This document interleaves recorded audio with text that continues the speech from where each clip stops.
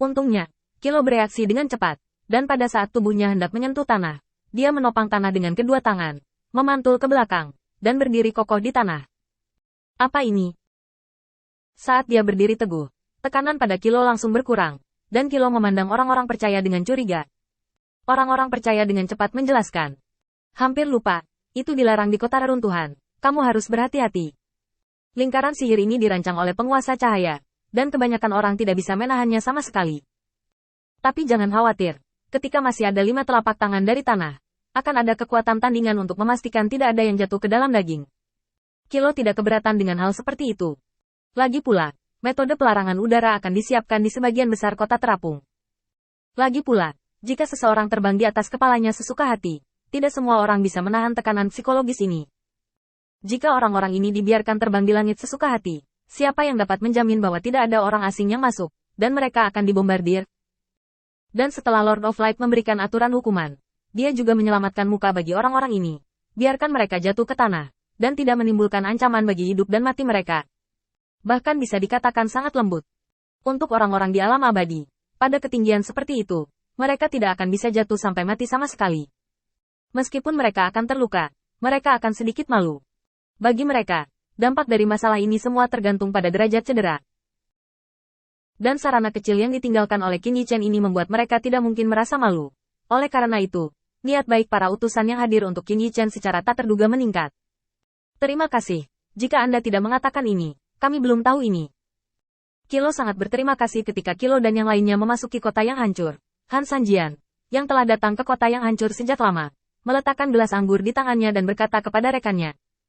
Kamu tahu, ini yang aku katakan kepadamu. Penguasa cahaya tidak seperti yang kamu pikirkan. Dia bukan untuk kepentingannya sendiri. Dan aku pikir kekuatannya cukup. Kamu bisa mengikutiku dan menaruh hartamu padanya. Orang yang duduk di meja saat ini hanya mengulurkan tangan, mengambil gelas anggur di atas meja, dan menyesap perlahan sebelum berkata. Kebajikan dan kemampuan tidak setara. Dan orang-orang dengan moral yang baik sering menjadi pion di tangan orang lain. Mendengar ini, Han Sanjian tiba-tiba tertawa, karena dia tahu bahwa di depan Qin Yichen, kalimat ini tidak akan pernah benar. Siapapun yang mengatakan bahwa Qin Yichen akan memanggilnya ke semek yang lembut karena moralnya yang baik di luar, Han Sanjian adalah orang pertama yang tidak setuju.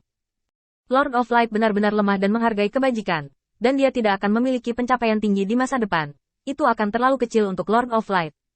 Han Sanjian dengan santai mendorong gelas anggur di atas meja kerekannya. Kurasa tidak.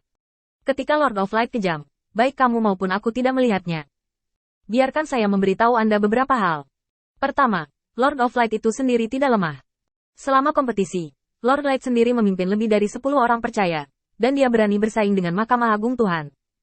Kedua, sebelum kompetisi, Mahkamah Agung membuat rencana untuk Master Cahaya, dan bahkan Puncak Ksatria mengirim banyak. Coba tebak apa yang terjadi pada akhirnya.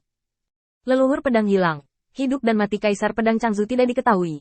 Mahkamah Agung telah merusak hampir 100 orang dari udara tipis, dan penguasa cahaya sendirian, tanpa cedera. Hanya itu yang bisa saya katakan kepada Anda. Saya telah melakukan yang terbaik sebagai teman. Apa yang ingin Anda lakukan di masa depan adalah bisnis Anda dan tidak ada hubungannya dengan saya.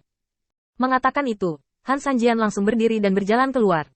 Hanya satu orang yang minum di meja yang tersisa, melihat pemandangan di luar, dan jatuh ke dalam perenungan. Memang benar bahwa pavilion kitab suci Buddha di kuil Guangzhou juga memiliki suasana dan lingkungan komunikasi yang sangat dia sukai, tetapi dia tidak dapat mengambil keputusan.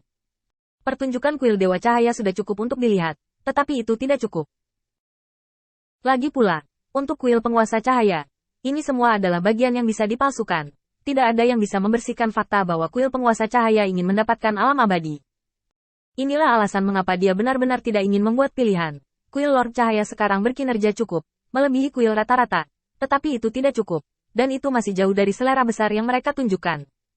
Jelas tidak sesederhana itu untuk menggantikan posisi Supreme Divine Court di kuil Lord of Light. Masih banyak persiapan yang harus mereka lakukan, dan masing-masing merupakan kesulitan yang tidak bisa diabaikan. Sambil menghela nafas, pria itu berdiri dan ingin meninggalkan tempat yang benar dan salah ini. Semua orang tahu hubungan antara kuil penguasa cahaya dan Mahkamah Agung Ilahi. Jika Mahkamah Agung benar-benar ingin disalahkan, tidak mungkin untuk menyingkirkannya di masa depan. Tapi setelah bangun, dia benar-benar enggan. Tetap saja, tidak mudah untuk membuat keputusan. Pria itu putus asa. Dia tahu betul bahwa Qin Yichen sekarang sedang berjuang dengan Mahkamah Agung, bahwa dia sedang bermain api, dan bahwa dia sedang berjalan di jalan yang pasti akan menghadapi kekuatan terkuat yang dia kenali. Tapi dia benar-benar enggan. Lagi pula kondisi yang diberikan oleh Qin Yichen sangat baik sehingga dia tidak bisa mengundang masalah, sehingga dia tidak bisa menghindari jatuh ke dalam klise. Dia sekarang menginginkan sumber daya dan ingin menghindari menjadi sasaran Mahkamah Agung. Kedua hal yang kontradiktif ini sangat terkait erat, dan sama sekali tidak ada ruang atau kesempatan baginya untuk melepaskan diri. Dia hanya bisa melihat, menunggu, dan menunggu kesempatan yang secara sempurna dapat memenuhi kedua kebutuhannya pada saat yang bersamaan. Tetapi peluang seperti itu terlalu sedikit, dia tidak dapat menemukannya, dan dia tidak bisa menunggu.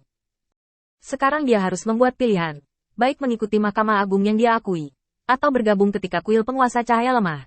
Jika tidak begitu kuil penguasa cahaya tidak lagi membutuhkan tenaga manusia, manfaat yang bisa dia dapatkan akan berkurang. Dia benar-benar tidak bisa membuat keputusan di dalam hatinya.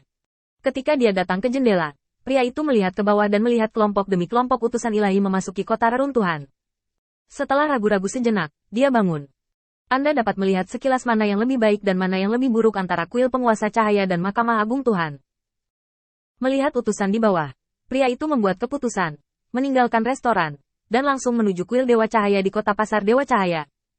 Dan hal semacam ini terjadi di sebagian besar tempat di kuil penguasa cahaya, dan pilihan ini juga menyusahkan banyak orang. Mereka tidak ingin bergaul dengan niat baik dari kuil penguasa cahaya di bawah situasi saat ini. Tetapi tekanan dari Mahkamah Agung terlalu besar, dan mereka tidak dapat menahannya. Dan ini baru hari pertama. Dalam hari pertama, begitu banyak orang mulai berpikir tentang bagaimana memilih. Jika ini di masa lalu, mereka pasti akan kagum bahwa mereka memiliki ide seperti itu. Tetapi sekarang, semuanya begitu saja. Karena berdiri di seberang Mahkamah Agung adalah kuil penguasa cahaya, sebuah eksistensi yang berani menunggangi kepala Mahkamah Agung.